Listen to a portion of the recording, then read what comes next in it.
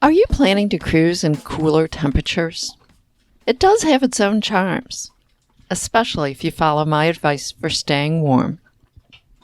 Hi, I'm Carolyn Sherlock, and on this episode of the Boat Galley Podcast, I'll share my best tips from cruising in Alaska and New England that will help you stay warm.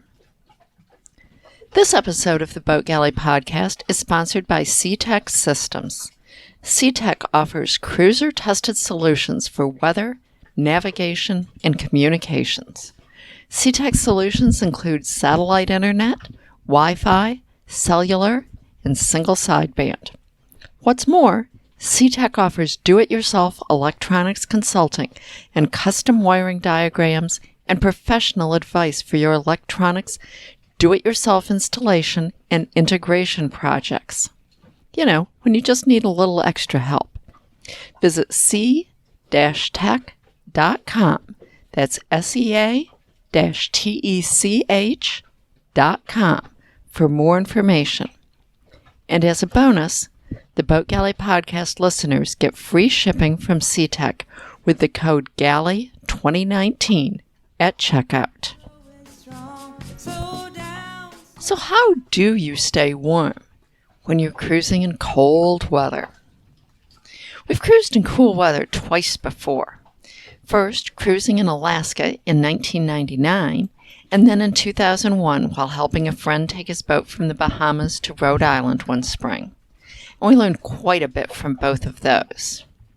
And we've done a lot of near and below freezing tent camping over the years. So, what are our 10 favorite gear for staying warm? Well, the first of all is a cockpit enclosure. This will keep us out of the wind and rain and also create a little greenhouse on the stern if there's even the tiniest bit of sunshine. I've put a link to how we made ours for about 5% of what the local canvas maker quoted.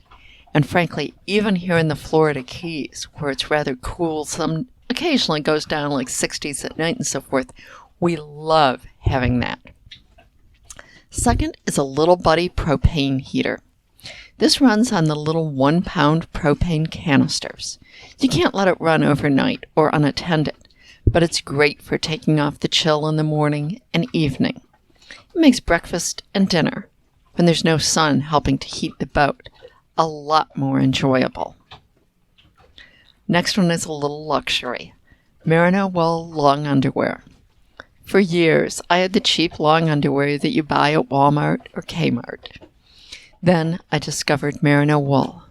Yes, it's considerably more expensive, but it's also a lot warmer. It is not at all scratchy or itchy, which is my complaint with most wool, and it doesn't stink. That's important when it can be a while between laundry days. The real plus is that it can be machine washed and dried. I've put a link to what we bought from Amazon. And then there's the wool socks. Wool keeps insulating even if it's wet, and I love how soft my socks are. You don't need a liner. Again, I've put a link to getting them on Amazon because that's where I bought them. Okay, how about the reusable Click hand warmers? You can put these little warmers in your pocket to keep your hands warm, or to warm them up after, say, you've handled lines. I like that they can be reused over and over, unlike the disposable ones. You just toss them in a pan of boiling water to bring them back to where they can be clicked again. You don't boil them to heat them. You boil them to return the chemical to its ready-to-be activated state. There's no electricity required. And the larger pads are also good to put in the bed down at your feet. No worries of spilled water, as with a hot water bottle. Links in the show notes for those too. Then there's a thermos. A good vacuum-sealed thermos is crucial. In fact, I actually have two. One for coffee and one for soup. Both keep the contents steaming hot for up to 10 hours. My coffee thermos is the most rugged one I could find. Drops can separate the seal and destroy the vacuum that insulates. And at 1 quart, it's just the right size for 2 people. My soup thermos is larger and a wide mouth, making it easy to pour chunky soup into it without spills. But still, Always place the thermos into the sink when you're pouring hot food or drinks in case of a spill. Then we have a watch cap. Actually, we both do. A watch cap isn't cute at all, but it keeps you warm without trying to blow off your head the minute you step into the wind. They just work. I also bought a pair of warm, waterproof, touchscreen fingered gloves this past year, but I haven't really had a chance to test them out, so I can't give an opinion. But I think they're going to help keep my poor hands warm, even if I handle wet stuff.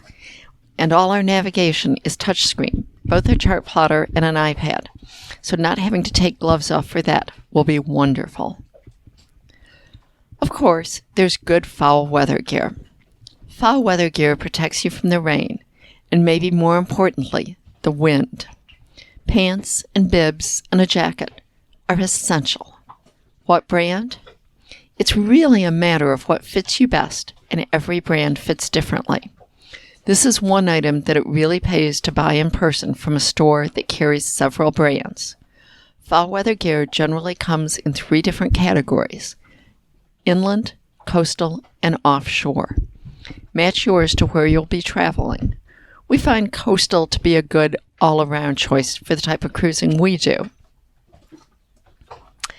Okay, let's talk about waterproof boots. Now, I have neoprene sailing booties from the days when I raced small sailboats, but I've really never worn them on our cruising boat. Instead, I wear waterproof, lightweight hiking boots that I can also wear ashore. The key is getting boots that are waterproof and also slip-resistant. I love my Merrell Moab 2 that I got this fall. Keen, Columbia, several other companies make similar boots if Merrell doesn't really fit you. And last, but certainly not least, is a down quilt. I like real down much, much better for keeping me warm than any synthetic down I've ever tried. About 20 years ago, we had a company called Feathered Friends make 2 custom queen-size down quilts for us, using waterproof sleeping bag material instead of cotton for the outer shell.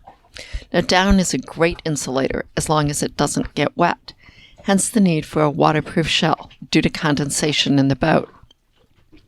We use ones for temperatures down to about 40 degrees Fahrenheit and pile the second one on top when it's below that. Now, Feathered Friends no longer does custom work, but their rectangular condor sleeping bag can be unzipped to make a similar quilt. Now, they're not cheap, but ours have lasted over 20 years and show no signs of wearing out. We consider buying them to be one of the best things we've ever done for cold weather, camping, and boating. I've put a link to them in the show notes. I have absolutely no affiliation with the company. I'm just an incredibly satisfied customer. Have fun with your cruising. And really, some of those cold weather days can be downright enjoyable, as there's a lot fewer people out there. Thanks for listening to the Boat Galley podcast. We aim to answer all your cruising questions, so ask away.